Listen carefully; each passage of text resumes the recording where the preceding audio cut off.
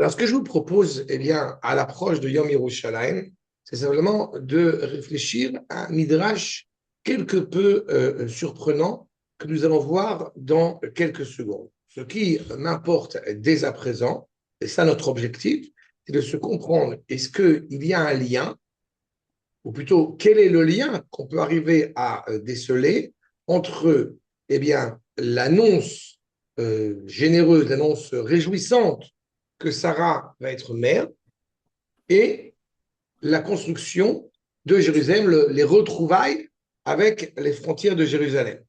On va voir comment est-ce qu'effectivement le Midrash fait un lien entre ces deux éléments. Évidemment, ça nous pose de lourdes questions par rapport, eh bien, si je puis dire, par rapport à la valeur, à la présence, à la détermination naturelle du monde dans lequel nous vivons et justement et la place de la confiance indéfectible envers Akadosh Baruch Hu. J'attire votre attention dès à présent si en réalité eh bien, il était a priori inapproprié que Sarah puisse enfanter et qu'elle pût enfanter, et qu'on met ça en parallèle avec la reconstruction de Jérusalem, cela peut-être nous laisserait entendre que, eh bien, en fait, l'homme n'a pas de part active, réelle dans la reconstruction de Jérusalem, puisque c'est directement orienté par la volonté d'Akadosh Baruch Hu.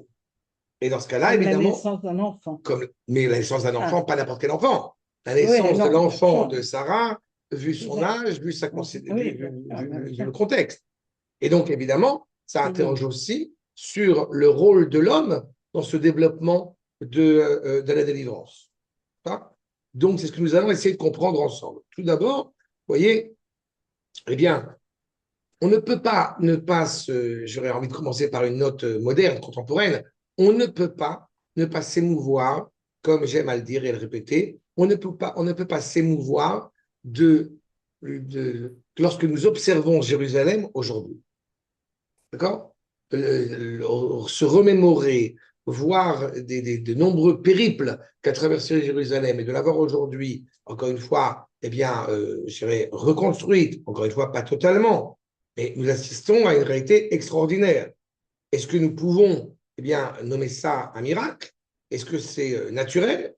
Est-ce qu'on s'attendait à une telle envolée? Et si on réfléchit bien, ça n'est pas si longtemps que ça que Jérusalem a été reconstruite avec autant d'envergure.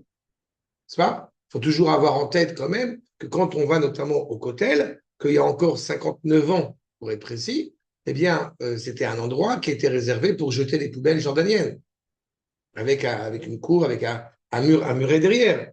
Donc, on assiste à ce genre de réalité qui, encore une fois, ne peut que nous émouvoir. Nous dit d'abord le verset dans Ishayahu, que vous avez Makor numéro 1.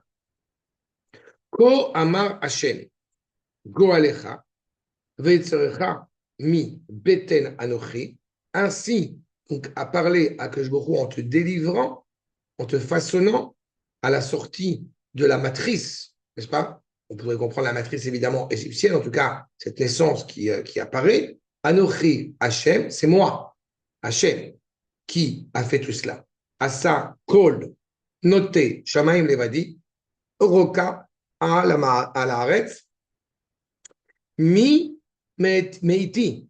Tout cela nous dit à Kadosh Baruch Hu, de tout ce qui peut eh bien, se développer dans le ciel comme eh bien, en résultant sur terre, tout cela, à Kadosh Baruch Hu, est clairement eh bien, l'auteur. L'auteur le plus exceptionnel, avec un grand A bien évidemment, l'auteur le plus exceptionnel de ce qui nous arrive dans ce périple-là, quel qu'il soit. Mais faire otot badin vekosmin, yeolel meshiv chachamim achor vedaatam isakel. Mais faire otot badin, c'est-à-dire que tout ce qui en réalité, eh bien, laisser entendre que ça serait impossible, je le tords totalement, dit Akadosh Baruch Hu. Mais faire badin, comment dirais-je, mais faire otot badin, je détruis, je mets en pièces, n'est-ce pas? Eh bien, tous les avis présupposés sur la non-possibilité de vous amener à cette délivrance. Tous les actes magiques qui pourraient eh bien, exister, toutes les prises de conscience, comment dirais-je, tous les grands spécialistes qui vont essayer, vous voyez, Yeholel, Meshiv, Chachamim, Achor, les grands sages qui savent exactement au niveau stratégique comment est-ce qu'il faut arriver pour aller à tel point, je les laisse perplexes, je les ramène en arrière. Je les laisse sur le qui-vive.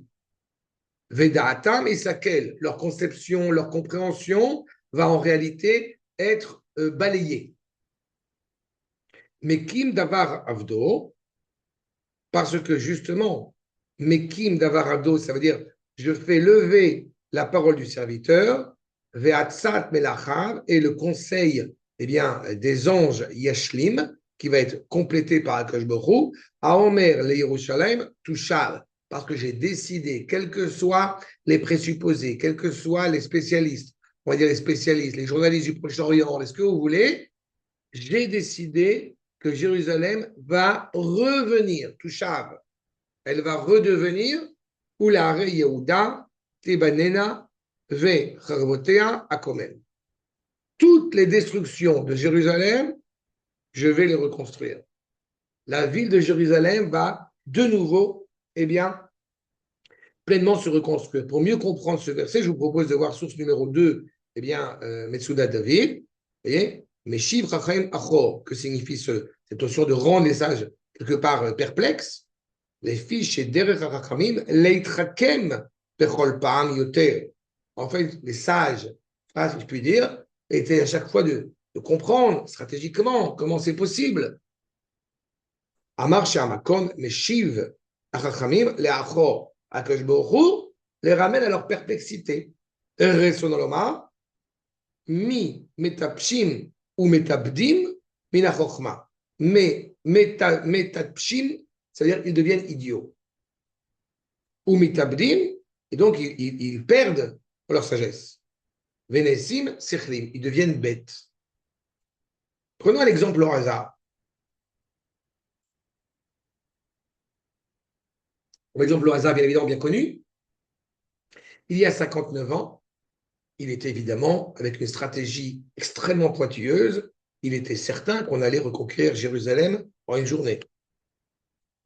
On est d'accord que je suis un peu cynique.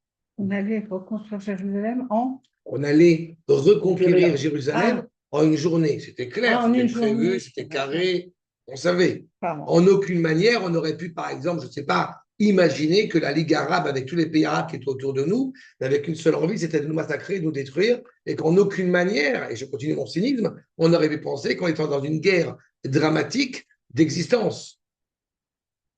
Et pourtant, en dépit de toutes les stratégies, en dépit de toutes les réflexions, en dépit de tous les gens qui ont tout compris, eh bien, ils sont sortis bêtes. Ils n'ont rien compris. Pourquoi? Parce que Akadosh Baruch Hu a décidé ainsi. Uksamim Yeholel, Mashte Dat Akosmim, je trompe, je détourne la connaissance, on va dire, des magiciens, des gens qui ont même des pouvoirs. On va dire un peu, je vais dire un peu meilleur extrapolé. La boule de cristal a indiqué qu'il n'y a aucune chance qu'on gagne cette guerre. Combien j'aime rappeler à chaque fois que quand nous avons le Premier ministre qui a dit il y a quelques années que la capitale éternelle d'Israël, c'est Jérusalem, et que tout le monde s'attendait à ce qu'il y ait une troisième guerre mondiale. Conclusion, de plus en plus les pays transfèrent leur ambassade, de là où ils étaient à Tel Aviv ou ailleurs, vers Jérusalem. Donc, il n'y a pas eu de troisième guerre mondiale. Encore une fois, la cohérence est en train de se mettre en place devant nos yeux. Quelles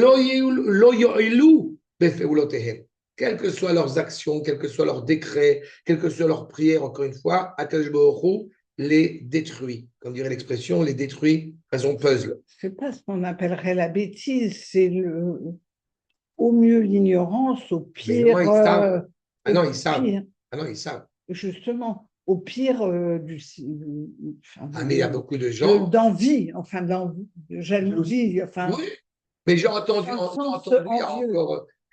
il y a 15 jours, quelqu'un, donc un journaliste spécialiste, qui explique que l'État d'Israël est en train de toute façon, ne supporte pas le Premier ministre Benjamin Netanyahou, tout l'État d'Israël. la majorité des citoyens israéliens ont une haine viscérale à l'égard de Bibi Netanyahu. Mais d'où il a sorti sa haine viscérale? De sa couche. Et alors, il est spécialiste et il connaît le sujet. Bon, c'est l'argument antisémite par excellence. Hein, pas... Mais tu as en face de toi quelqu'un qui qui est écouté comme ça, de manière nonchalante, de manière presque tout d'un feu de bois, quoi. Et puis en réalité, on n'entend que des bêtises monumentales. On entend beaucoup de contre-vérités. Mais c'est des grands spécialistes. C'est des grands spécialistes. Enfin, moi, si je m'institue demain, je suis grande spécialiste. Je suis d'accord avec toi. Je ne sais pas de n'importe quoi. Mais à la guerre des 6 jours, la problématique a été tout à fait similaire. Quand j'ai fait des parallèles entre ce qui se passe depuis 2-3 ans, où les gens ont le sentiment, ça y est, c'est la fin, on n'en peut plus, l'Iran, le machin, de tous les côtés, mais calmez-vous. Encore une fois, il y a un postulat essentiel. Mais encore une fois, je n'ai pas dit pour le moment comment est-ce que nous saisissons cet enseignement, somme toute très important. Et puis, la naissance de Yitzhak. On va dans 2 secondes. Mais juste pour terminer sur ce commentaire de Betsudot, mais va-t-elle à Oto chez José à Kochavim, velo yechel. Je parle de la boule de cristal, ceux, encore une fois, qui font des statistiques, on pourrait traduire dans un langage moderne. D'accord? A priori, combien je me rappelle qu'un de maître le Rav Elisha Vishlitsky, je me rappelle qu'il avait été explosé, cette statistique absolument mais scabreuse et totalement tordue, de dire que le taux de natalité en Israël est supérieur dans la communauté dite arabe que juive. Il a fallu au moins 10 ans pour se rendre compte qu'en réalité, c'est une fausse statistique. Elle est fausse, cette statistique. D'accord? Maintenant, vous allez me dire. Fait venir mais exactement. En réalité, c'est parce que justement, il y a beaucoup d'Arabes qui ont quitté les villages, donc on a l'impression qu'on en a plus. Mais en fait, pas du tout. Il y a une occidentalisation de la culture de la population arabe au grand désarroi d'un certain nombre de gens qui font d'enfants. Alors que les Juifs, et même, on va dire, qui ne sont pas forcément dans le chemin de la Torah, ils ont au minimum 3 enfants. Donc on est dans cette réalité-là. Mais quand effectivement on a fait entendre pendant des années et des années que cette statistique, elle est vraie, les gens ont commencé, on va dire, à la digérer. Il y a un moment donné, il faut se rendre compte que toute cette statistique, que tous ces José à Kochavim, que tous ces gens qui sont qui regardent dans les étoiles, les astrologues, c'est la traduction la plus exacte, mais je mets ça au même niveau que les statistiques. On a des approximations, on sait que. Ça me fait penser à la statistique qui dit qu'on est le 7e ou 6e pays le plus heureux du monde, oui, et que en fait un des critères c'est le nombre d'enfants. Donc on est vraiment dans le haut du. Ben oui, c'est exactement ça. C'est vrai qu'on est heureux ici, hein, pour un nombre d'enfants ou pas. Maintenant, deux postulats, j'ai envie de dire. Étudions ensemble le Midrash de Tanhuma, qui nous est proposé devant les yeux. Hashem pakadet Sarah. Ze she'amar katuv. Mekim devaro, mekim davar avdo, ve'etzat melachav yeshlim. Le Midrash met en évidence que Hachem, qui se souvient de Sarah, qui s'est souvenu de Sarah pour lui donner un enfant, et il dit, comme il est écrit, justement dans le verset qu'on a vu dans Ishaïou, qu'on vient de voir à l'instant, Mekim Davar Avdo. Eh bien, il fait chambouler la parole de son serviteur et le conseil de ses envoyés qu'il va se préoccuper, j'ai envie de dire, quand je dis un mot, se préoccuper de compléter. Qui c'est son serviteur qu'il va faire lever, si je puis dire, mais Kim Davar Avdo, c'est Abraham. Sheneemar, Be'avour Abraham, She Itpalel à la vie Meler. Comme Abraham, il a prié, vous vous rappelez, au moment où Sarah elle est coincée chez Avimelech, toutes les femmes, soudainement, sont devenues stériles. Et donc, Avimelech a demandé à Abraham de prier. Comme Abraham il a prié pour Avimelech, donc, c'est ce qui va annoncer la naissance de Sarah. La naissance de Yitzhak. C'est marrant parce que d'habitude, c'est les femmes qui prient. Oui, Enfin, mais dans l'histoire, non, par rapport à la fertilité, mais il y a une c'était question supplémentaire que tu n'as pas posée encore et qui est essentielle là. Mais je vais vous la je laisser sais la pas. découvrir. Parce que si elle ne vient pas toute seule, c'est pas grave. Ouais. Non, mais parce que Bah pourquoi il a oui, prié? Parce qu'en fait, bah oui. c'est lui qui voulait qu'il ne touche pas sa femme. Ah, Mais donc, ça veut dire, encore une fois, si on parle du fait que, c'est une première question qui nous interrogeait. Si on dit que Akadosh Baruch Hu, il aime que ses enfants se tournent vers lui, donc mhm, en vue d'avoir un enfant, Oui. par exemple, en l'occurrence là. mhm. Mais la prière d'Abraham, elle n'est pas tournée pour que Sarah ait un enfant. Elle n'a rien Bah à oui. voir. Comme il a prié pour sauver Avimelech de la réalité dans laquelle il est, donc Akadosh Baruch Hu, c'est celui de Sarah. Parce que c'est Hachem qui a fait en sorte que. Exactement. Donc, il prie et la prière qu'il fait, en fait, elle aide à Sarah plutôt qu'Abimelech. On va voir. Mais on est d'accord qu'a priori, la prière, elle n'est pas tournée vers Sarah et Ménon. Donc ça interroge aussi. Mhm.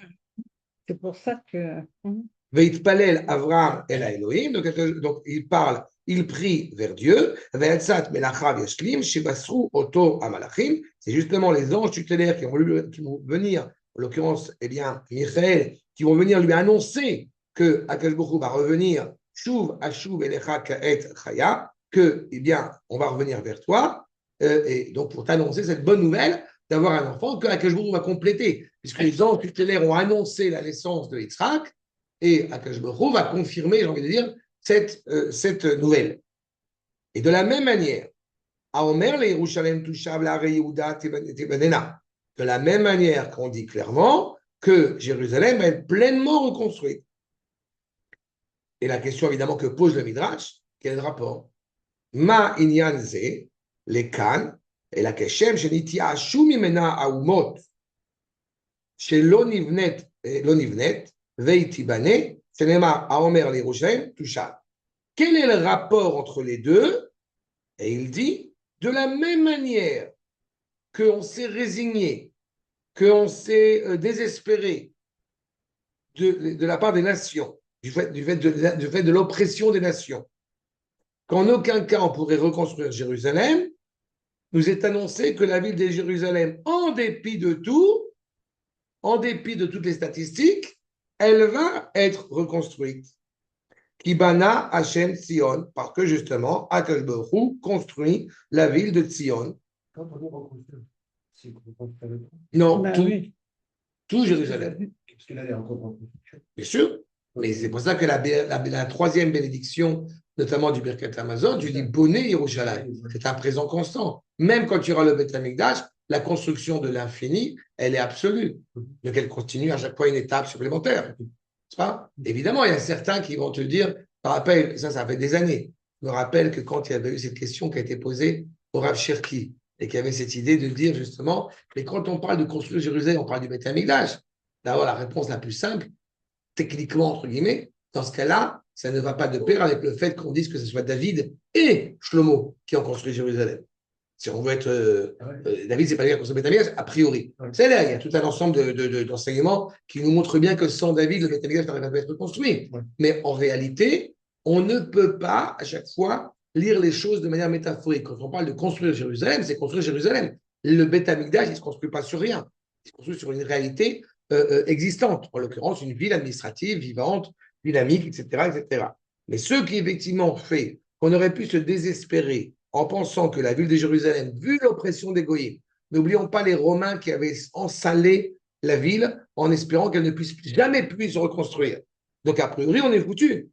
Et là, te dit le Midrash en réalité, non, vous vous interrogez, vous êtes perplexe, regardez ce qui s'est passé avec Abraham. Habitu el Avraham avichem, ve'el Sarah techol elechem. Regardez bien ce qui s'est passé chez votre père Abraham et votre matriarche Sarah, ce qui s'est passé chez eux. Keshem sha'asiti l'Avraham et Sarah, car et assez les Yerushalayim. De la même manière que j'ai agi pour que puisse naître justement, eh bien, Yitzhak, alors que ça paraissait, même, il y a un midrash qui dit que Sarah n'avait pas de trompe. Donc, elle n'était pas seulement stérile, j'en avais peut-être aucune chance. Et pourtant, Akash Baruch Hu, il a fait que Sarah l'a pu enfanter. de la même manière, je vais reconstruire Jérusalem. Donc la réponse du Midrash, que je trouve absolument exceptionnelle, c'est qu'on fait un parallèle entre, en fait, encore une fois, entre Sarah et Abraham et entre l'âme Israël qui revient sur Jérusalem. De la même manière qu'il a été scrupuleusement stipulé auprès d'Abraham, Abetna Shmaïma, regarde au-dessus des étoiles, sors de ta manière d'observer la réalité pour comprendre bien, tout ce qui se passe derrière. Ce qui nous interroge. Si on fait ce parallèle, ça veut dire que Jérusalem, c'est l'épouse de Hachem. Enfin, quelque chose dans ce genre. Et c'est quoi la Vous l'avez déjà dit. Non, mais très bien, tu as raison, mais c'est tout à fait ça. Mais, bien sûr, elle est veuve. En tout cas, c'est la maison qui rattache Akash Baruch à Israël. J'ai fait encore une étude que je t'encourage à revoir là-bas en français sur le commentaire de l'Echadodi où je montre bien que l'Otevoshiv et l'Otikalmi, on parle de la ville de Jérusalem. Tu n'auras plus honte, tu ne seras plus souillé, tu ne seras plus comparé à une veuve ou à que tu préserves une femme méprisée, au contraire, ou une femme stérile. C'est la personnification de Jérusalem, évidemment, en fait, à travers l'engagement du peuple juif à l'égard de Jérusalem. C'est la régénération du peuple juif. Bien sûr, en fait, mais elle est rattachée intimement à Jérusalem. Maintenant, on comprend bien que, en dépit de l'ordre naturel des choses, c'est ce qui sort de cela, Akash Baruch se révèle comme étant bien évidemment le maître à bord, et donc au-dessus de l'ordre naturel des choses. Je vous ai fait un petit tableau qui me paraissait comme ça assez intéressant à compiler. On voit les trois expressions qui sont utilisées justement, et puis ce qu'il en sort. Alors, nous avons vu Kosmim ou Padim. Donc, en fait, on parle de l'entité de la création telle qu'elle est gérée, et on a en tête que Anochi, Hachem, est le maître à bord. C'est lui qui a tout fait. Les Chachamim, ceux qui, encore une fois, viennent essayer d'annoncer les prophéties futures, telles, si je puis dire, des anges tutélaires, des anges célestes, ne sont que les moyens pour, en réalité, eh bien, révéler la volonté d'Akadosh Baruch Hu. Ça veut dire que si, aussi sage sois-tu, tu vas à l'encontre de la volonté d'Akadosh Baruch Hu, il est clair que ta sagesse va être pleinement remise en cause. Nous avons des sages, comme on dit, célestes, c'est-à-dire les anges tutélaires qui, eux, justement, n'ont pas de libre arbitre. C'est la deuxième ligne. Les anges tutélaires qui n'ont pas de libre arbitre et qui, eux, n'ont de cesse que de livrer eh bien, les enseignements d'Akadosh Baruch Hu lui-même. Et par conséquent, ce qui est dans le ciel va être révélé sur terre. C'est ce qui s'est passé avec ces trois anges qui sont venus annoncer à Abraham Avinu la suite des opérations, la suite des événements. Et enfin, nous avons des Chachamim Artziim, c'est-à-dire les maîtres ici sur terre, qui sont la réalité dans l'ordre de la nature, qui elle aussi est dirigée, générée par Akadosh Baruch Hu. D'accord, c'est clair? Donc on voit en réalité que tout l'ordre de la nature n'a de cesse, en dépit d'un désespoir possible, n'a de cesse que d'amener le monde vers ce qu'il doit être, c'est-à-dire la reconstruction de Jérusalem. Le monde entier n'a de cesse d'avoir les yeux rivés sur Abraham et Sarah, parce que la naissance de Yitzhak est la réalisation de la promesse évoquée auprès d'Abraham, Lech Lecha, à 100 ans, tu auras un garçon. Lech Lecha, Gematria 100. Et cette implication de la naissance d'Yitzhak, puisque Akadosh Baruch Hu avait promis, n'est-ce pas, une descendance à Abraham, donc la naissance de Yitzhak est la mise en place de cette promesse évoquée, qui n'a pas qu'une répercussion à l'échelle individuelle. Parce que comme je l'ai rappelé, on l'avait vu dans la paracha, sur le fait que la Sarah va allaiter tous les bébés de la communauté. Sous-entendu, en fait, la valeur de Sarah a une valeur universelle d'enseignement pour le monde entier. La valeur de Jérusalem, finalement, je ne vais pas avancer trop vite, mais elle a ce rapport à l'universel, dans la mesure où le peuple juif, encore une fois, eh bien, distille, si je puis dire, ce lait vital. Qui mitzion, etc., de Hachem Yerushalayim, que la parole d'Akadosh Baruch Hu, elle sort de dedans Yerushalayim. Mais a priori, ça nous paraît totalement utopique. Je voulais. Non, je pense que c'est l'Echlecha, donc l'imagination, mais a posteriori, Abraham, il a beau avoir de la voix, etc. Et lui, ça. Non. Parce que quelque part, s'il est allé avec la servante, c'est parce que Hachem lui avait promis une descendance et qu'il ne l'avait pas avec C'est Sarah. Sarah qui l'a proposé. Et Oui, ça a Mais été oui, une erreur. Elle a compris après. oui, bien sûr. Mais, Tu as raison. c'était bien avant. Mais C'était le 40 ans Lech avant. Lecha, c'est le Balatourim. C'est justement le commentaire du Balatourim qui met bien en évidence que quand il y a écrit Lech Lecha, c'est pour toi, pour ton bonheur, pour ton plaisir à toi. Et effectivement, à 100 ans, il aura ce fils. Mais tu as raison, sur la dimension de Sarah, ce qui est aussi tout à fait compréhensible, puisque dans la dimension justement eh bien, de nos patriarches, et cette idée d'être engagé à compléter le monde. Donc la démarche de Sarah, oui, elle est cohérente. et d'accepter qu'Hachem impose. Pour la Kedat Israël, c'est bien ça. Abraham ne se pose pas de questions. Il y va. Mais il y va parce qu'il est motivé à être attaché au projet divin. Oui, tout à fait. Mais justement, donc en fait, il ne se pose pas de questions. Donc quand Hachem lui a dit, tu vas avoir une descendance, parce que comme les étoiles, bien avant qu'il y ait Israël, et bien avant qu'il y ait Ismaël. Mais il a vu, ceci étant dit, bon, c'est une petite parenthèse, mais il a vu que effectivement, a priori, peut-être que vu que naturellement, c'était pas possible, donc Sarah a proposé pour que ce projet se poursuive. Ceci étant dit, le Midrash te dit que non seulement Sarah était stérile, mais Abraham aussi était stérile. Et j'ai coutume à chaque fois de rappeler sur cet enseignement les propos du Achaim Akadosh. Il était impératif de se libérer bien, du détritus, détritus impur qu'il y avait justement en Babylonie, avant de pouvoir mettre en place la naissance de Yitzhak. Et c'est pour ça que Ishmael apparaît. Ça, c'est l'enseignement. Ceci étant dit, on a toujours l'assurance bienveillante, il faut l'avoir en tête, que à la fin des temps, justement, la grandeur de Ishmael, c'est quand il acceptera, il reconnaîtra bien, le devoir d'aînesse de Yitzhak. C'est pour ça qu'ils accompagnent tous les deux, Yitzhak et Ishmael dans cet ordre-là, encore une fois, justement, Abraham. Et c'est à ce moment-là où, effectivement, la discussion est possible avec Ishmael. Dans le cas contraire, malheureusement, la discussion n'est pas possible. Et ça aussi, ça évolue de ce côté-là. Et de l'autre côté, il faut toujours avoir en tête, comme j'ai coutume de le rappeler, que Esav a la possibilité de se marier avec Machla, la fille de Ishmael, pour expier, pour l'imchol, pour excuser les fautes d'idolâtrie qu'a commis Esav. Le problème, c'est que Esav, en épousant Machla, malgré tout, il ne s'est pas séparé de la cananéenne. Donc, ça veut dire quelque chose de profondément maladroit dans la démarche, malgré tout, de Esav, et qui fait qu'effectivement, aujourd'hui, en Europe, il y a clairement une islamisation d'un côté qui pourrait s'avérer bénéfique pour l'Europe, mais comme elle vient dans un esprit ou dans un terroir, si je puis dire, qui est souillé par la débauche, donc automatiquement, ça ne peut déboucher que sur des conflits internes qui peuvent s'avérer évidemment problématiques et douloureux. D'accord? Et ça, c'est effectivement toute la démarche qu'on est. Quand nous parlons de Jérusalem, nous avons bien évidemment en tête que c'est la ville de la justice, au sens divin du terme.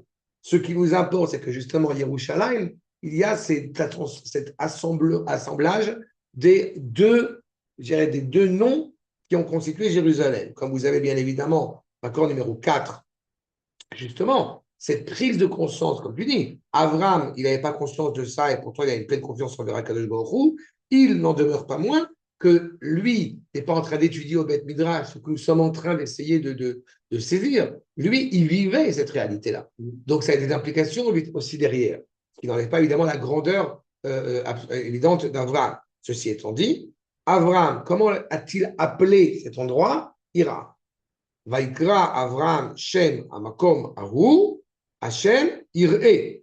Asher Yamar Ayom, Per Hashem Ir'e. C'est la ville où j'ai pu voir Akash Baruch Hu, c'est la ville où Akash Baruch Hu s'est montré, c'est la ville c'est l'endroit de la crainte par excellence, donc c'est comme ça qu'il va le nommer. D'un autre côté, nous avons Malkit Sedek, que le Midrash rappelle que c'est Shem ben Noach, d'accord, numéro 6, Malkit Sedek Melech Shalem, Otsi Lechem Beyaim, Veokohen El Elion. Justement, Melech Shalem. Qu'est-ce que c'est que Shalem? C'est la ville dont nous parlons.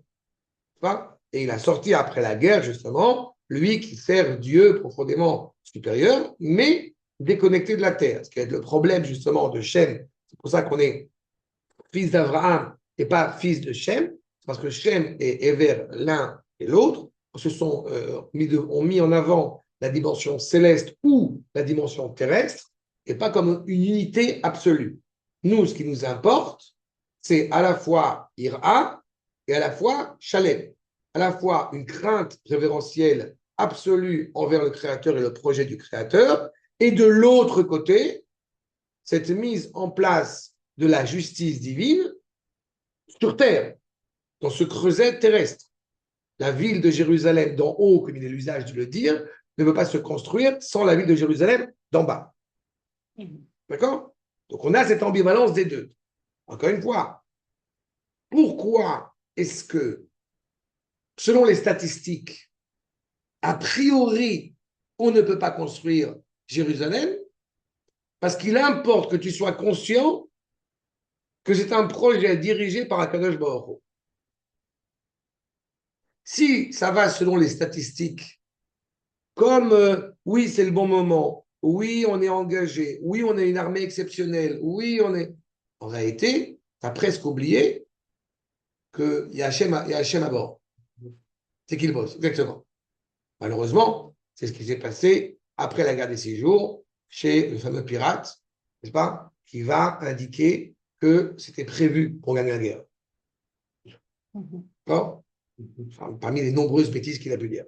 Mais cette problématique-là, elle nous indique bien que c'est contre toutes les possibilités qu'on a conquis Jérusalem. Sarah, tu ne pouvais pas avoir d'enfant, donc tu vas en avoir. C'est très important. Mais c'est là où tu vois réellement la crainte révérentielle envers Akadosh Baruch Hu. Il faut avoir, et on a souvent évoqué ensemble cette question qui a été douloureuse, qui a été délicate, sur la question de la souffrance, sur la question. Rabotai, il ne faut pas oublier un détail. Akadosh Baruch Hu, il ne travaille pas chez moi. Je m'efforce du mieux que je peux, moi, de travailler chez lui. Mais Hachem, il ne travaille pas chez moi. C'est ça la question. Donc, quand on est animé par cette crainte révérentielle, je sais que je ne comprends pas. Et pourtant, il est indubitable que nous sommes rattachés à cette crainte absolue. Vous voyez, source numéro 6, Amar HaKadosh Baruch Hu, Im Kore Ani Oto Yoreh, Keshem Shekaro Avraham, si je l'appelle Ira, donc automatiquement, cette ville, c'est pas, Yakpit Sham. C'est-à-dire que cette ville ne pourra réellement, si je puis dire, eh bien, être entre nos mains si nous avons de la crainte révérentielle envers Akadosh Baruch Hu. C'est-à-dire que, si j'exagère un peu, mais ça voudrait dire, si on est profondément rattaché, on va dire, à une dimension spirituelle, donc il n'y a pas de guerre, donc il n'y a pas de... on est uniquement dans le domaine, voilà, que je dis spirituel, et donc c'est uniquement grâce à cela qu'on va pouvoir conquérir Jérusalem.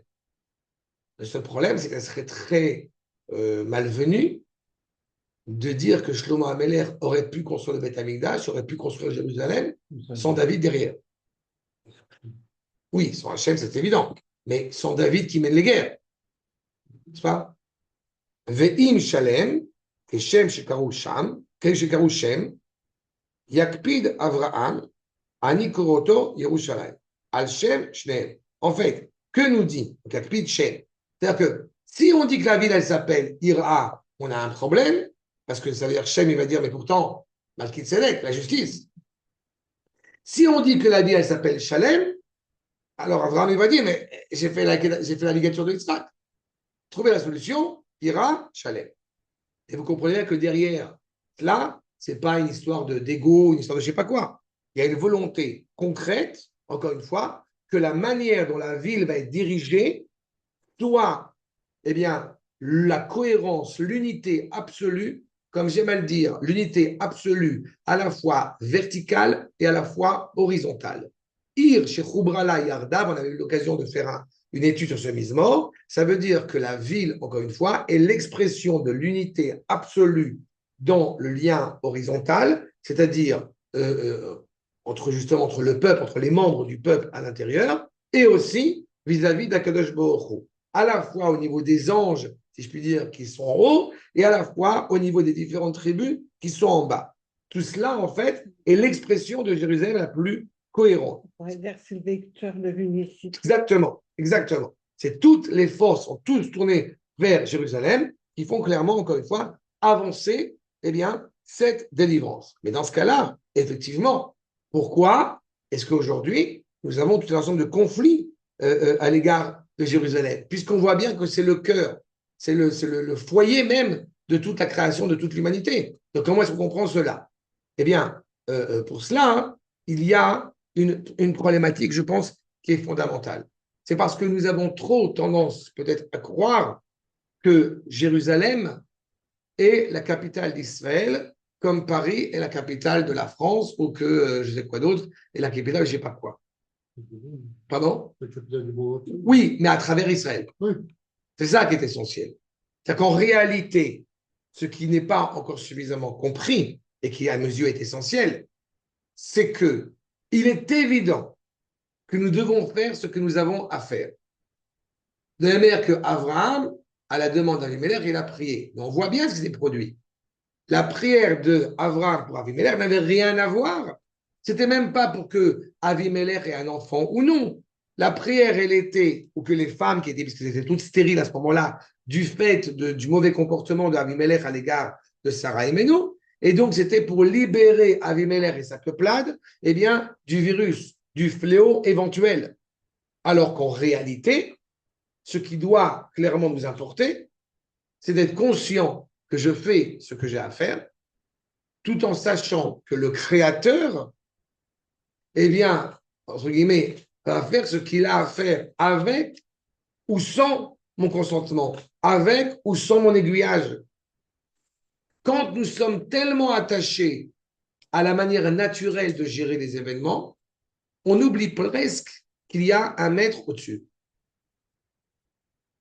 Qu'est-ce qui va se passer? Tu ne te rends pas compte? L'Iran réattaque de nouveau. Ou elle va réattaquer de nouveau. Il y a des alertes, évidemment, qui nous saoulent tous. Je suis au courant parce que j'ai ma fille dans le Nord. Donc, des alertes qui, évidemment, arrivent dans le Nord. Soit, c'est pas agréable. Soit. Mais j'ai presque de la peine pour les Libanais. Pas parce que j'ai de la peine pour les Libanais. J'ai de la peine pour les Libanais parce qu'ils vont bientôt mourir. Parce qu'ils vont bientôt mourir. Oui, c'est terrible. C'est comme les chevaux sur la mer. Quand les Égyptiens ils meurent, ils se noient dans la mer. Bon, c'est pas grave. Mais les chevaux, les pauvres, quand même, ils ont fait voilà. D'accord? C'est sur YouTube, oui, c'est sur YouTube. Mais depuis quelques années, je n'ai pas compris, je m'en fous. Voilà. Mais c'est également la problématique. Parce que celui qui est maître à bord, en arabe, Allah ou Akbar, en hébreu, Nisgav, Hashem, Levado, Vayom Baruch. Okay? Corps numéro 7. Akadosh Baruch Hu est élevé et au-dessus, encore une fois, seul en ce jour-ci. Quelqu'un m'a posé une question il y a quelques mois de cela, il y a un an de cela, l'année dernière. Et il ne comprenait pas, ça a beaucoup peiné, a priori un homme religieux, on dit l'expression, qui ne comprenait pas pourquoi est-ce qu'il y avait une telle exaltation à l'égard de Jérusalem. Il n'y a pas une exaltation pour la libération de Tel Aviv, ou la libération de je ne sais pas quoi. Et ça m'a peiné parce que j'ai vu qu'à travers sa question, alors je répète, c'est un homme de Torah, a priori, il ne comprend rien. Il ne comprend rien. Ça fait de la peine, quelqu'un qui a priori, parce que semble-t-il, il n'a pas suffisamment étudié, alors que pourtant il est habillé en blanc et en noir, et bien, ça montre bien, malheureusement, à quel point c'est dramatique. Akadosh Baruch Hu el mettre à bord, c'est ça qui va sortir. En réalité, les tzadikim, justement, et Avram en fait partie, ils ne sont pas en train de prier pour un problème individuel. Les tzadikim sont constamment animés à corriger, à réparer le monde. De la manière que la remarque que tu as fait par rapport à Sarah, c'est dans ce même engagement. Qu'est-ce que je fais à mon niveau pour réparer le monde? Je n'attends pas que Akadosh Baruch Hu vienne me servir sur un plateau. C'est ça la nature profonde d'Avraham et de Sarah. Regardez ma corps numéro 8. La tzadikim gdolim, atfila kashameod. Pour les grands justes, la tfila est un exercice très difficile. Pourquoi? Mipnei she'en lahem shum ratzon atzmi klal. Ils n'ont aucune volonté individuelle. Ils sont exclusivement orientés vers le collectif. Comment réparer le monde? Comment corriger le monde? Soyons indulgents, mais de manière générale, on veut demander plein de choses à Akadosh Baruch Hu au moment de nos prières, ce qui est légitime. Mais à quel point on demande la crainte révérentielle envers Akadosh Baruch Hu? Aide-moi à te travailler mieux, à t'honorer mieux, à te travailler plus. Souvent, hélas, je pense que, peut-être je me trompe, on a plus envie de demander une Ferrari rouge et le permis de conduire qui va avec parce qu'on n'a pas le permis, avant de demander un peu plus de crainte révérentielle envers Akadosh Baruch Hu. Et ceux qui sont tzadikim, les grands tzadikim, n'ont qu'un seul but dans leur vie, faire en sorte que l'endroit où nous résidons soit un plein réceptacle pour accueillir cette parole divine. C'est ça l'objectif. C'est ça la plus grande prière. Parler d'une prière individuelle pose problème. Même comment nous dit le Rav, itpalelu. Ah, j'ai sauté une grande. Akaratam Agdola, la reconnaissance, Akshura Bemunatam Abeira, leur reconnaissance et leur connaissance d'Akadosh Baruch Hu, attachée à une grande fidélité au projet divin, voit tout sous l'angle de la grâce, de la bonté infinie. Beor Achesed Elohim. Tout n'est véhiculé que selon, encore une fois, la bienveillance du projet divin. Et cette connaissance-là, Mema Teket Lehem est à Kol. Je rappelle toujours une expression qui est demandée à une question qui a été, une injonction qui a été dite au Rav Aviner sur le fait que, Godara, vous ne vous rendez pas compte, il y a 60% de Russes qui ne sont pas juifs. Et le Rav Aviner répond, quoi? Tu es en train de dire qu'il y a 40% de juifs. Mais c'est merveilleux. D'accord? Des gens qui sont doués pour voir à chaque fois tout ce qui ne va pas partout. Il est important. Et on n'est pas en train, je pense que vous le savez, on n'est pas en train de s'aveugler de choses qui nous manquent. Mais il importe de voir la bienveillance, la grandeur du projet divin. Je lisais j'avais hésité à vous le ramener ou non, mais je trouvais que c'était plus logique de faire ça aujourd'hui. Un article du Admor Chaloutz qui raconte un épisode très douloureux. Nous sommes dans les années 20, années 30, avant 1929. Et puis, le jour de Yom Kippourim, les Juifs ont voulu faire une mechitza, n'est-ce pas, une séparation entre les hommes et la femme au Kotel. Les Anglais, très énervés, ont massacré de coups tous les Juifs qui ont voulu faire cette séparation-là au Kotel. Vous comprenez qu'on est quand même... Et ça a choqué et ça a chagriné toute la communauté juive, évidemment, mondiale par rapport à ça. Mais quand on relit ça, mais on se dit, mais voilà où on en était. Voilà où on est aujourd'hui. C'est toujours impressionnant. Donc, encore une fois, il y a une évolution constructive. Mais dans cette évolution-là, le tzaddik, il ne va pas prier pour arriver à ça. Ou alors, ce qu'il importe, justement, comme on a dit, c'est le projet divin. Comment pourrait-il prier pour être épargné de tel ou tel malheur? Non, parce que le vrai malheur pour un tzaddik énorme, extraordinaire, tel que ça a été aussi le cas d'Abraham, c'est, si je puis dire, quel est le ressenti d'Akadosh Baruch Hu en ce moment? Pas le ressenti de l'homme. Quel est le ressenti d'Akadosh Baruch Hu? Le projet divin, ce n'est pas Jérusalem, on est bien d'accord. C'est sa maison, c'est le cœur. C'est ça. C'est le cœur. Mais c'est Israël. Hein. Mais Israël tire sa sainteté de Jérusalem. D'accord. Tu montes en Israël et tu montes à Jérusalem. Tu descends de Jérusalem et tu descends d'Israël. Quel que soit l'endroit où tu es dans le monde, en Israël et en général, tu montes à Jérusalem. Yona, tu te rappelles, quand on avait traité de Yona, il descend à Yafo, d'où il descend, tu ne peux descendre que de Jérusalem. D'accord? C'est exactement cela. Ils n'ont pas de contrariété dans la réalité. En approfondissant. Sheba achre aliyah. Tu as approfondi, tu sais pertinemment qu'après ce qui est vécu comme un drame aux yeux du peuple, tu sais pertinemment qu'il va sortir quelque chose de grand, d'élevé, d'important. Et évidemment, sauf Kosov, Kolsov, à Adam, Betzmachav, les besoins élémentaires de l'homme. À Olam, à Chaim, l'école Kishurim, le monde, la vitalité, tout ce qui, encore une fois, entretient cette vie dans cette réalité-là. Vous comprenez que, pourquoi je vous évoque cette citation du Rav Kook? Parce que dans ce postulat-là, vous comprenez que la centralité de Jérusalem est vitale pour le monde entier, est vitale pour Israël et est vitale pour le monde entier. Donc le tzaddik, encore une fois, ce qui lui importe clairement, c'est que le nom d'Akash Baruch Hu trouve sa place là où il désire, si je puis dire, s'installer. D'accord? Vous savez pertinemment que toutes les, encore une fois, toute la volonté d'Akash Baruch Hu est de résider à Jérusalem.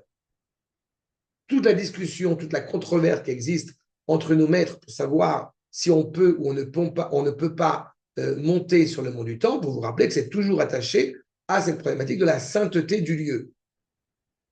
D'accord? C'est ça toute la question. Parce qu'on sait que Hachem siège là-bas. Il y réside. Hein. Tout le temps. Pour l'éternité. Mais là, en ce moment, la présence de Kadosh Baruch Hu, elle est où? Elle est sur le Har-Bayit. Sur le Har-Bayit. Vous savez, sur le mont du Temple, derrière le côté. Pardon? C'est ce qu'il y a dans Shirachirim, je crois. D'accord. L'interstice des murs. Tout à fait. Ah oui? C'est l'endroit de l'expression de sainteté la plus absolue et la plus éternelle, encore une fois, qui, bien évidemment, était ponctuelle au Sinaï et qui est éternelle sur le mont du Temple. Quand tu veux rencontrer Akadosh Baruch Hu réellement, tu montes sur le mont du Temple. C'est aussi simple que ça. D'accord? Quelle idée on a eu C'est simple que ça. C'est aussi Non, simple mais que ça. quelle idée on a eu de leur. Là, tu parles d'un convaincu. Donc Non, mais quand même, c'est. Cette réponse, une réponse. Moi, je suis toujours. Je vais dire circonspect, mais si Hachem il avait voulu qu'on ait le côté, on l'aurait, je veux dire Le monde du temps. on l'aurait. je pense que c'est l'inverse, mais tu as raison. Tu penses que c'est l'inverse? Mais Je comment pense que c'est ça, exactement l'inverse. C'est-à-dire Je pense que si le peuple juif avait voulu. avait voilà. Ouais. Mais ça, on est toujours d'accord. Le peuple juif. Mais le problème, c'est que le peuple juif, il n'est pas un aujourd'hui. Et c'est là qu'il y a le problème, le jour où on sera unis, etc. Non, parce qu'on est effrayé, comme tout le temps. Comme Adam Arishon a été effrayé d'avoir dans le désert, quand on a reçu Exactement.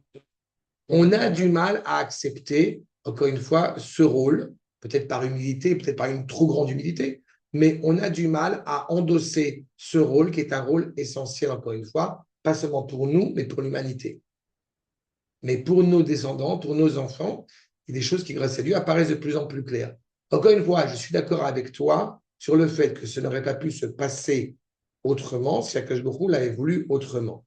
Mais il importe que la volonté d'Akadosh Baruch Hu, si je puis dire, elle sait de s'exprimer, mais en tous les cas, elle se fait moins audible pour que la créature puisse se faire entendre aussi. Et c'est là justement où est la difficulté. Toute la volonté à Akadosh Baruch Hu a, entre guillemets, attendu patiemment, qu'on comprenne qu'il est temps de revenir à la maison. Donc on a compris peut-être un petit peu tardivement, mais on a compris. En ce qui concerne le mont du Temple, malheureusement, il semble qu'une partie du peuple juif n'a pas encore saisi la valeur. Et donc, Akadosh Baruch Hu, il attend, si je puis dire. Oui, d'accord. Et c'est cela que je te dis. Est-ce que Akadosh Baruch Hu, il a envie ou il n'a pas envie? Akadosh Baruch Hu ne désire, entre guillemets, qu'une seule chose, c'est que ses enfants reviennent vers lui. On a toutes les raisons de penser que nous sommes en mesure de renouveler les sacrifices liés au temps, mais on ne le fait pas encore. Et on ne le fait pas encore d'abord et avant tout parce que nous n'avons pas envie de le faire. C'est la seule raison. On peut reprocher aux Arabes, on peut reprocher au monde entier, on peut reprocher à qui tu veux. En réalité, sur le fond, c'est cette inscription, encore une fois, du peuple juif. Comme je l'ai dit, nous devons savoir ce que nous avons à faire. Ce qu'il va faire après Akadosh Baruch Hu de ça, on s'en fiche. Mais si le peuple a soif, eh bien, cet appel sera entendu.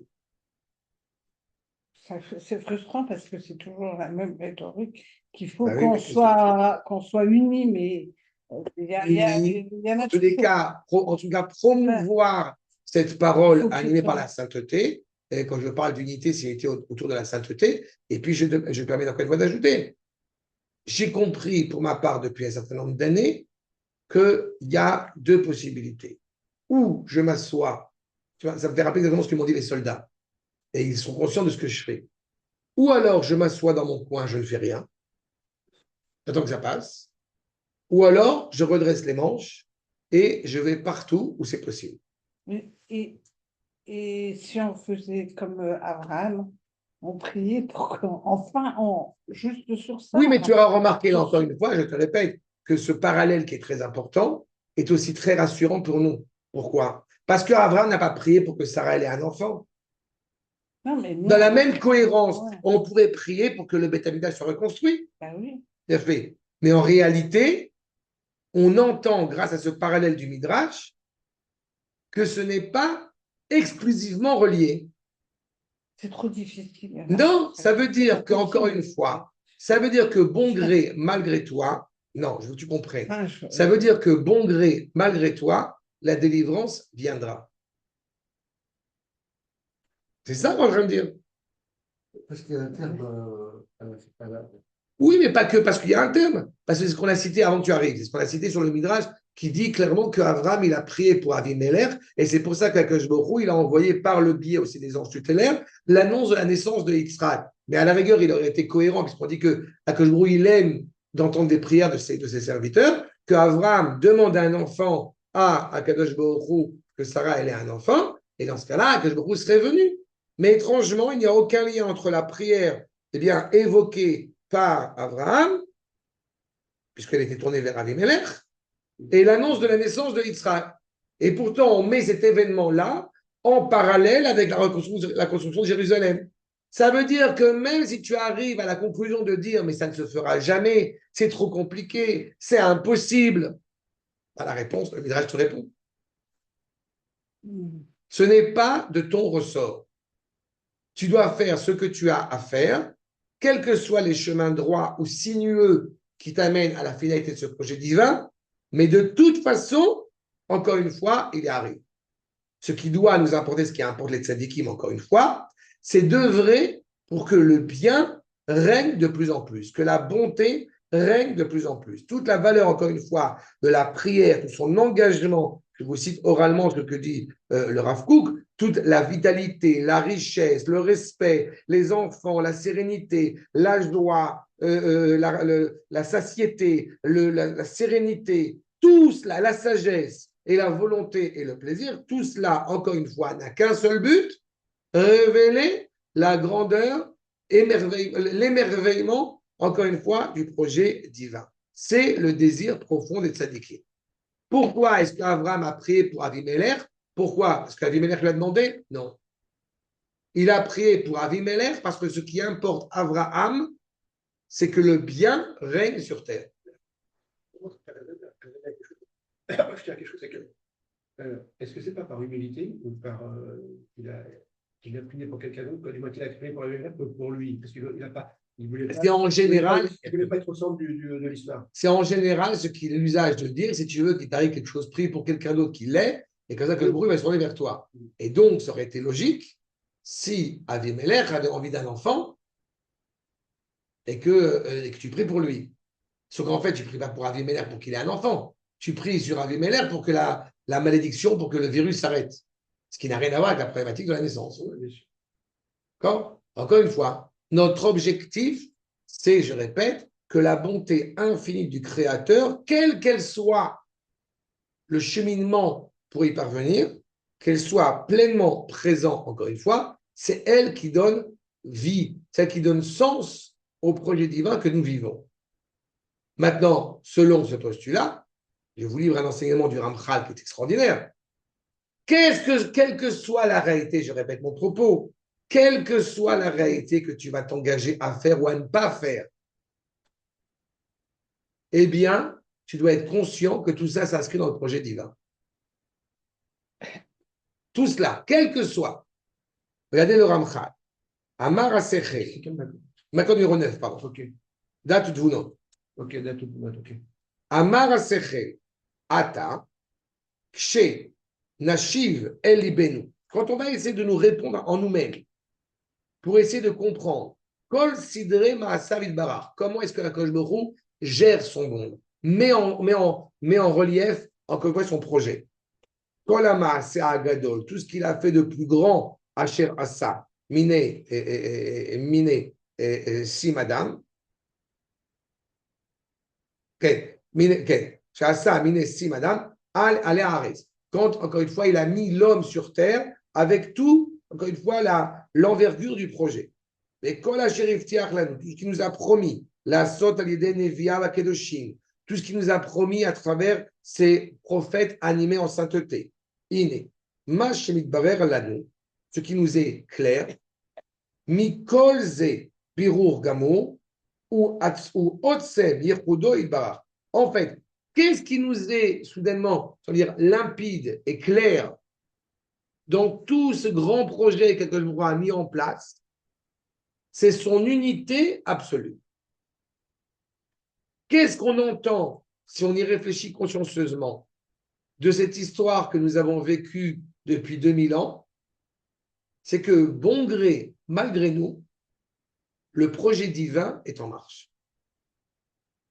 Contre toutes les statistiques, contre tous les avis, contre tous les... Tout le monde prenait, je me référais encore à un référent que j'ai déjà cité dans le passé, tout le monde prenait Herzl pour un fou allié. Et pas seulement lui. Le Rav Yehuda El-Kalai, quand il est reparti, parce qu'après avoir dépensé tous ses deniers, mais tout le monde l'a raillé. Les élèves du Gaon de Vilna installés à Jérusalem, mais tout le monde les ridiculisait. Et Dieu sait combien se sont comme ça perpétués des maîtres et des gens qui n'étaient pas des grands maîtres, mais qui n'ont pas abandonné.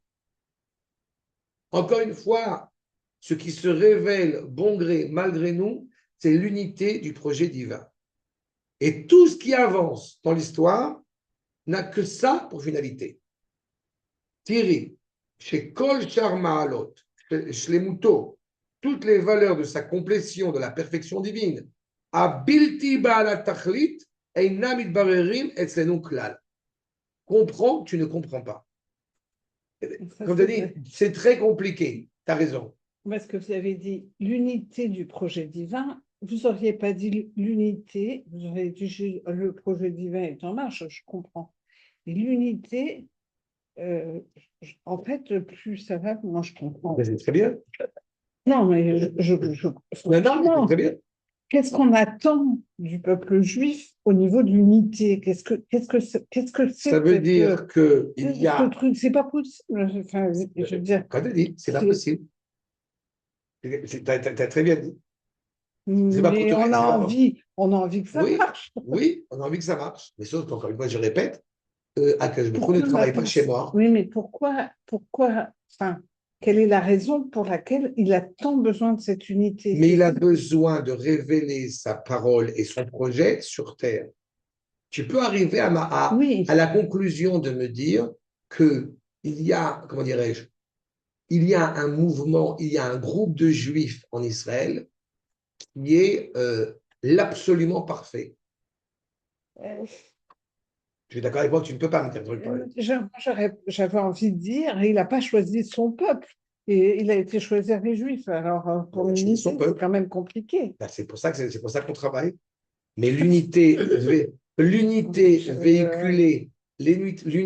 véhiculée sans être rattachée à la sainteté, comme je l'ai déjà souvent évoqué, n'est pas une unité. Alors, en plus, rattaché à la sainteté, Il n'y a que comme ça que c'est une réelle unité. Encore une fois, autour de Jérusalem. Il n'y a que comme ça que c'est une unité. Sans Jérusalem, on n'a pas d'unité. Jérusalem est le cœur. Donc, encore une fois, pour le peuple juif, il importe, je le répète à chaque fois, malheureusement, je serais tellement reposé et serein si je ne faisais rien d'autre que d'étudier la Torah toute la journée. Mais le fait est, c'est que nous voyons bien, encore une fois, eh bien, des populations qui ont été, si je puis dire, abandonnées dans leur identité juive. Il nous importe encore une fois, de l'expliquer, de l'évoquer, de renforcer.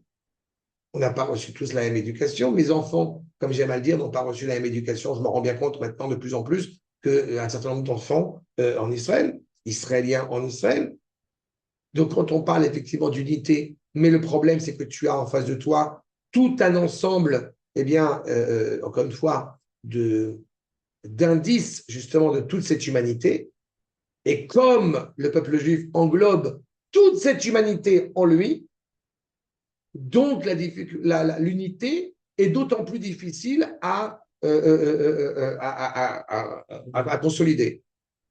Et pourtant, eh bien, tu vois bien qu'elle est en marche.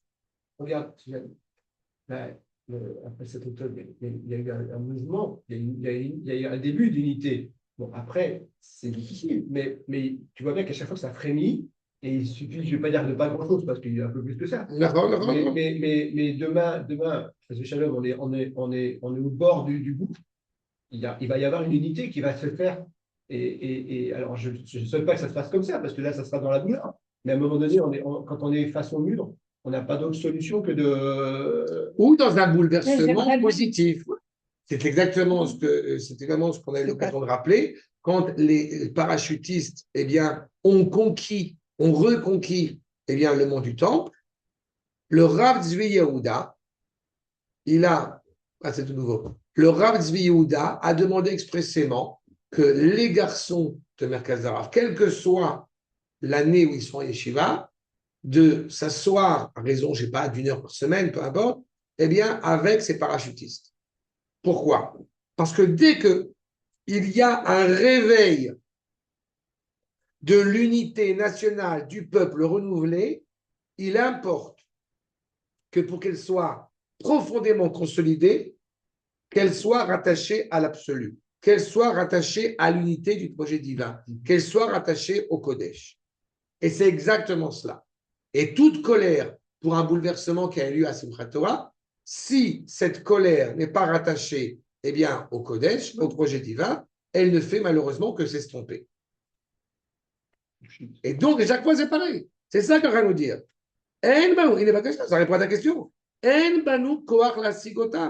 Tout ce qui s'éclaircit devant nous en espérant qu'on va comprendre un petit peu, en réalité, on ne peut pas l'atteindre. Pourquoi? Il dit une allégorie. Derech mashal, yadanu shu chacham, avalo isagnu sof chokmato. On sait pertinemment qu'il est sage, mais on n'a pas réussi à atteindre la finalité, la quintessence ou que la quintessence de sa sagesse. Et yadanu shu yodia. Nous savons qu'il sait. Velo isagnu yodiato. On n'a pas réussi à intégrer sa pleine connaissance. Keivan she'enanu yicholim la'asig tu ne peux pas saisir l'essence même d'Akadosh Baruch Hu. On ne peut saisir que la manière dont il se révèle à nous. Et la manière dont il se révèle à nous est intimement, si je peux ajouter ce mot, est intimement rattaché à Jérusalem. Tu vois? Nimshar vanumise, Issou, Achakira Baen. Ça ne sert à rien de chercher.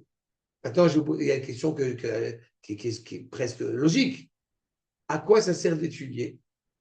Puisque finalement, je n'ai pas étudié, je suis bête. J'ai étudié, je me sens bête. Eh bien, il faut travailler dur pour être bête. C'est ça la problématique.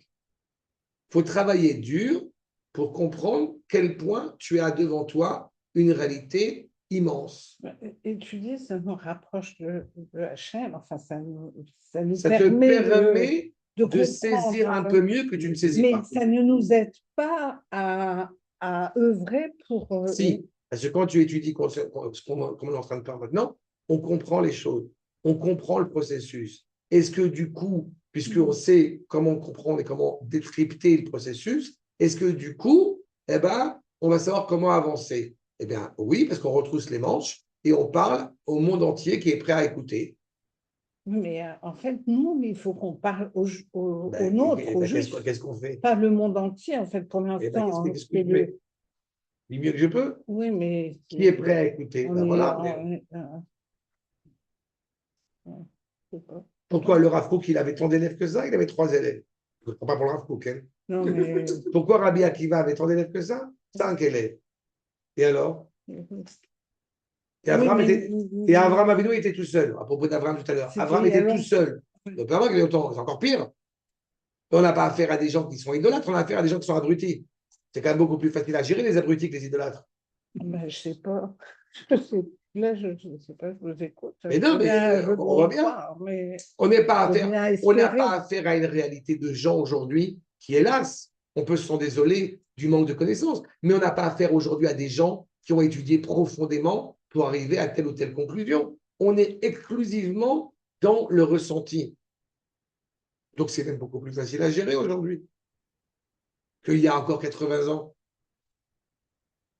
Et je ne sais pas, mais on parle de réalité, pas que dans le monde ashkénaze d'ailleurs, mais dans le monde ashkénaze, on parle de réalité où tu as des juifs qui avaient une connaissance de la Torah suffisamment importante et éloquente et qu'ils ont tout balancé. Et tu n'avais aucune possibilité d'essayer de les ramener, comme c'est le cas aujourd'hui. Est-ce que vous avez encore une minorité de gens qui ne veulent pas entendre ce genre de propos? Bon, bah, ils disparaissent au fur et à mesure. C'est triste, mais c'est une réalité. Parce que tout cela n'a qu'un seul but, encore une fois, je répète, consolider l'unité de son nom, l'unité du projet de Dieu. Ira Shalem, je répète, c'est en haut et en bas et en haut. Alken, Yotse Bezenema, B, Moufla Mimcha Altidrosh. Comprends Moufla Mimcha Altidrosh, ça vient de au-delà de ton entendement. N'essaye pas de chercher ce que tu ne peux pas atteindre. Essaye de chercher ce que Akadosh Baruch Hu est en mesure de te donner. On a 7, comme vous le savez, on a 7 sphirotes, comme il est l'occasion de le dire, les 7 expressions de la volonté d'Akadosh Baruch Hu. Mais on sait pertinemment qu'il n'y en a pas 7, il y en a 10. La couronne, ce n'est pas la peine. C'est au-dessus. On ne va pas recevoir la Torah le 49e jour, on va recevoir la Torah le 8e jour. 49 plus 1. On avait l'occasion d'en parler. Il y a des réalités qui nous dépassent. Et Akadosh Baruch Hu ne te dit pas, fais tout le travail. Il te dit, fais la moitié du travail.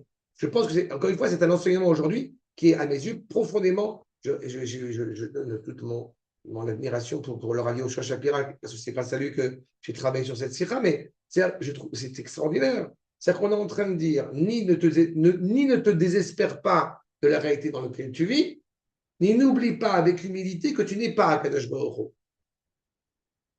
Bon gré, malgré, le projet, encore une fois, est en marche. Bemechouse mincha, al parkor. C'est caché de toi. On ne te demande pas d'aller chercher ce qui est caché de toi. On te demande d'abord, encore une fois, d'œuvrer pour que son unité se révèle, et elle va se révéler malgré tout. Avalichudo, adraba. Son unité, elle se révèle. Zemit galé, ou mitbarer lano, birur gamur. Son unité se révèle. Dois-je rappeler le nombre de peuplades qui s'étaient engagées pour qu'évidemment il n'y ait plus Israël? Ben, elles sont où aujourd'hui? Elles sont plus là. Et nous, on est là. Il ne nous a pas manqué des événements qui n'avaient de cesse de vouloir nous massacrer, nous exterminer, nous supprimer. Et pourtant, on est là. Tous les grands empires qui, encore une fois, ont pu se succéder n'existent plus. Vous n'avez pas d'expression plus extraordinaire de l'unité du projet divin, de même notre présence ici. Venim charlanumisé, chez l'odaïshumit barer lanou, il s'éclaire à nous, ça apparaît devant nous. Et là, chez chayavim anarnu, le'ashiv elibenu, ayediazot, il nous importe, il nous incombe, eh bien, de répondre à notre cœur cette pleine connaissance et reconnaissance, de l'inscrire en nous, de la fixer en nous, l'itkoa otabelevavenu. Beishuv gamour, bli shum pikpuk klal, sans aucune hésitation, sans aucun bégayage, rien. Il nous importe déjà entre nous et nous de dire, tu ne parles pas de n'importe qui, tu parles du peuple juif, tu parles du peuple de Dieu, tu parles du peuple qui a été façonné par Akadosh Baruch Hu. Jérusalem, encore une fois, n'est pas une simple ville, c'est la ville de Dieu. Quand je monte à Jérusalem, je me rapproche encore plus d'Akadosh Baruch Hu.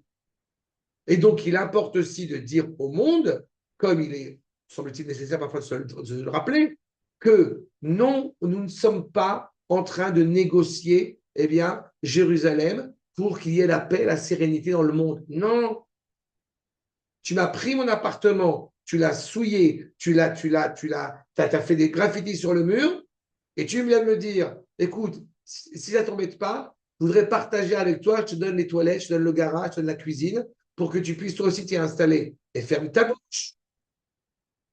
Tu n'es pas chez toi, va chez ta mère. C'est ce qui doit être entendu aux yeux du peuple juif. Dans sa tête, dans sa prise de conscience. On n'a pas dit pendant 2000 ans, si je dois le rappeler, on n'a pas dit pendant 2000 ans, si Dieu veut, l'année prochaine à Jérusalem-Ouest ou à Jérusalem-Est. On a dit Jérusalem. Ça veut dire que c'est inscrit au plus profond de nous. Et le fait qu'aujourd'hui, après, encore une fois, 3000 ans, 59 ans que nous célébrons cette reconnaissance, encore une fois. Et quel que soit, je répète, quelles que soient les péripéties qu'on a traversées. Ve'u Hashem Metsuyanu, Shemetzivenu Ken Moshe, Rabbeinu Shalom, Mipi Agvura. C'est ce qui nous a été ordonné de la part d'Akadosh Baruch Hu par le biais de Moshe, mais en réalité, c'est par Moshe de la part d'Akadosh Baruch Hu, puisque les deux premières paroles, elles ont été directement énoncées par Akadosh Baruch Hu. Donc, il y a data yom, tu savais pertinemment aujourd'hui, et ramène à ton cœur, qui a Hashem ou Elohim, c'est lui, Akadosh Baruch Hu, qui est le maître dans le ciel, on va dire, au-dessus du ciel même, mitachat en od. Quelqu'un m'a demandé, est-ce que c'était sympathique ce qu'a décidé de faire Trump apparemment sur le Shabbat. Bon, allez. Il y a certains rabbins, j'ai vu, ils sont très admiratifs, ils veulent faire Shabbat. Bon, mais encore une fois, derrière cela, il faut bien comprendre qu'il y a une incompréhension de ce que reprend le Shabbat. Puis c'est motivation. Oui, c'est ça la motivation. Oui, oui. Mais à l'arrière, on s'en fout, quoi. Je suis pas en train de. Non, non, bien sûr. C'est ça le truc. C'est un événement pour moi. Exactement, exactement.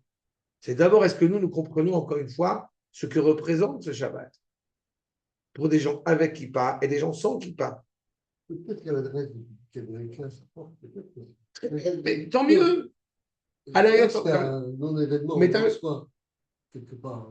Parler de Shabbat, parler à certains juifs qui sont très très loin et qui sont beaucoup assimilés aux États-Unis, ça a peut-être de la résonance. Encore une fois, tu as raison. Et à l'arrière, tant mieux. C'est-à-dire que dans le projet divin, si les Juifs vont faire plus Shabbat, vont venir en Israël après, tant mieux.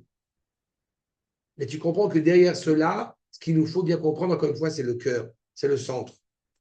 D'accord ? La réalité, c'est qu'on est en train d'essayer de voir, parce qu'apparemment, c'est un sujet de débat, sur le fait de savoir si cette année, le jour de Yom Yerushalayim, j'aimerais, profondément, ce qu'a priori j'ai prévu de faire jeudi soir, pour essayer de prier vendredi matin à Jérusalem, mais vendredi, on sait pertinemment que le mont du Temple, malheureusement, il est fermé aux Juifs.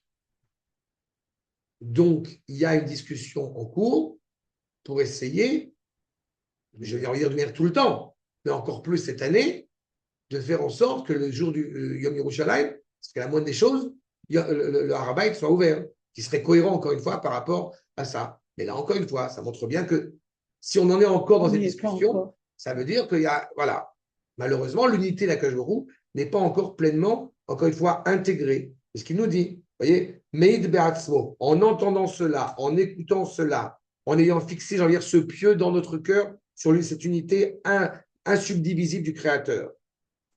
Quand je vous rappelle que c'est un des 13 attributs de la confiance envers Akadosh Baruch Hu, c'est son unité et son unicité exemplaire, absolue, implacable, incomparable avec rien. Kol aniklat, mikol mesibotav agdolot, tout ce qui est intégré en nous, quelles que soient les raisons, quelles que soient les choses qui vont transformer, qui vont transfigurer son monde, allo ou gilo yichudo agamurazé. Ça veut dire, pourquoi Yosef est descendu en Égypte? Pour qu'on se construise vite en tant que peuple et qu'on revienne en Eretz Israël. Pourquoi Abraham a béni Abimelech? Parce que, en fait, toute cette population-là, va comprendre le lien étroit qu'un homme doit avoir avec son épouse, qui est comparé à un lien fraternel. C'est-à-dire, encore une fois, l'unité du projet divin. Tout ce que fait le peuple juif à travers son histoire, à travers ses péripéties les plus compréhensibles et les moins compréhensibles, finalement, n'a qu'un seul but. Révéler l'unité du projet divin. C'est pour ça que j'indique, nous faisons ce que nous avons à faire, tout en étant conscients que nous sommes, encore une fois, seulement participatifs à ce projet. Que Akash Baruch Hu, comme il a façonné le monde en 10 paroles pour rendre méritant les tzadikim, eh bien c'est ça. On agit pour avoir le privilège d'en faire partie. D'être, voilà, j'ai pas, ça serait maladroit de dire aider Akash Baruch Hu, il n'y a pas besoin d'aide. D'accord? Mais pour que Non, on justement, doit être engagé dans c'est le ça, projet. exactement. D'accord? C'est ce qu'il nous dit. Re'u ata. Voyez bien. Ani, ou ven Elohim m'a dit. Personne d'autre, encore une fois, eh bien, est avec moi. Je suis celui qui est. Et pourtant, Donald Trump, quand même, non.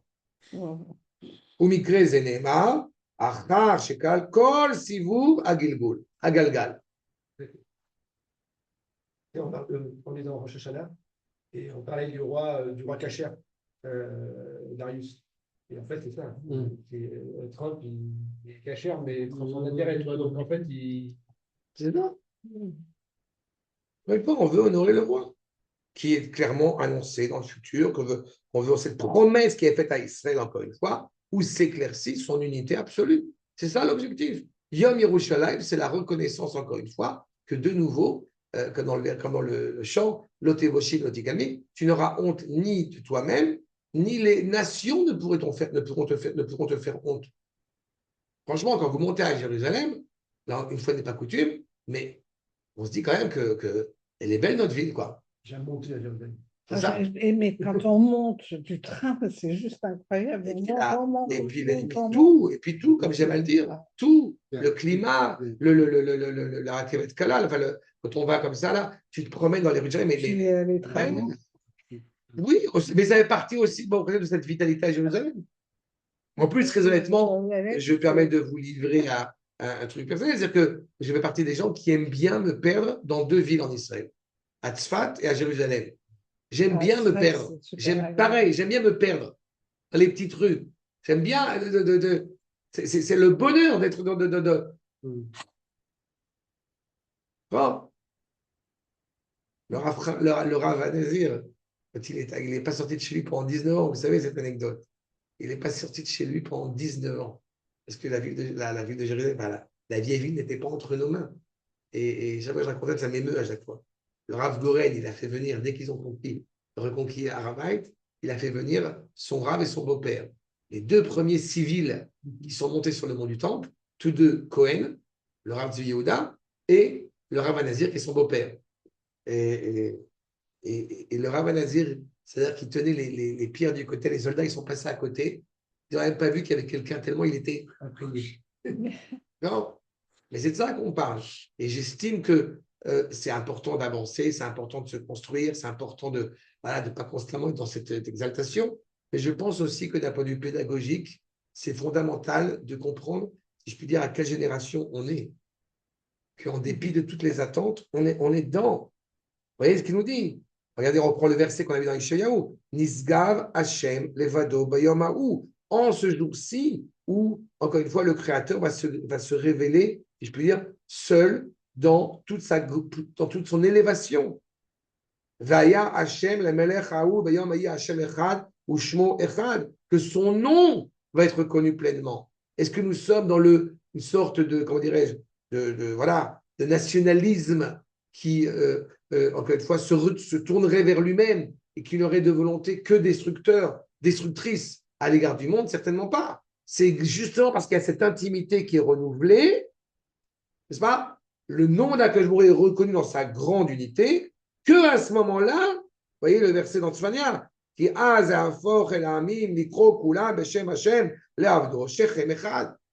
Quand Am Israël est profondément rattaché à Jérusalem, quand cette unité du peuple est rattachée avec ce qu'il y a de plus cher au sein du peuple, et je m'adresse à chaque fois quand je dis ce genre de propos aux Juifs avec Steinmetz et sans Steinmetz. Parce que c'est ça le fond. Quand il y a une pleine connaissance de ça, ça a des répercussions sur le monde entier. Le monde entier lui-même va reconnaître cette unité du projet divin rattaché à Israël, Israël rattaché à l'unité du projet divin. Selon l'inverse, les nations du monde veulent nous empêcher de prendre Jérusalem. Au début. C'est toute la guerre de Gog et Magog. Mais là, en ce moment. Parce que la guerre, elle est autour de ça. Mais- Sauf que nous, on a tendance, comme d'habitude, à l'ignorer. Mais la guerre, en réalité, elle est exactement autour de ça. C'est pour ça que c'est la dernière guerre. Ouvé sauf d'avoir, allo ze'edutenu, c'est notre témoignage, bechol yom tamid, quelles que soient les péripéties qu'on traverse, Shema Israël, Hashem Hashem Echad. Même si le monde entier voit aujourd'hui la pluralité, c'est-à-dire Aïn, 70, eh bien, dans le futur, ils reconnaîtront le tétragramme, son nom de 4 lettres. Enfin, c'est connu, c'est pour ça que je vous ai rappelé ça bien rapidement. Nimsa, chez Kol Mashemit Bayrlan, tout ce qui s'éclaircit devant nous, Emet, mi Otsem Shlemuto, c'est la vérité de l'essence même de la perfection, encore une fois, du projet divin, Abilti Ba'alat Tachlitura Kichudo Hashalem, son unité absolue, incommensurable, incomparable. Chez Kacher Nabil Be'abata Iyunit. Encore une fois, pourquoi est-ce qu'Avram, il lui a été dit, sors de ton regard naturel sur les choses? Parce que tu penses que tu as compris. En réalité, tu dois sortir de ce carcan naturel.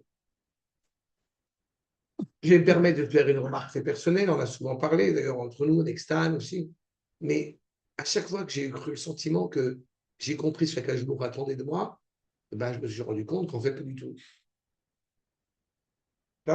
Et au moment où j'ai cru que, comment dirais-je, j'étais totalement, que Dieu préserve, genre perdu, genre ça, à ce moment-là, tac, arrive une réalité que tu n'avais pas du tout envisagée, que tu n'avais pas du tout anticipée.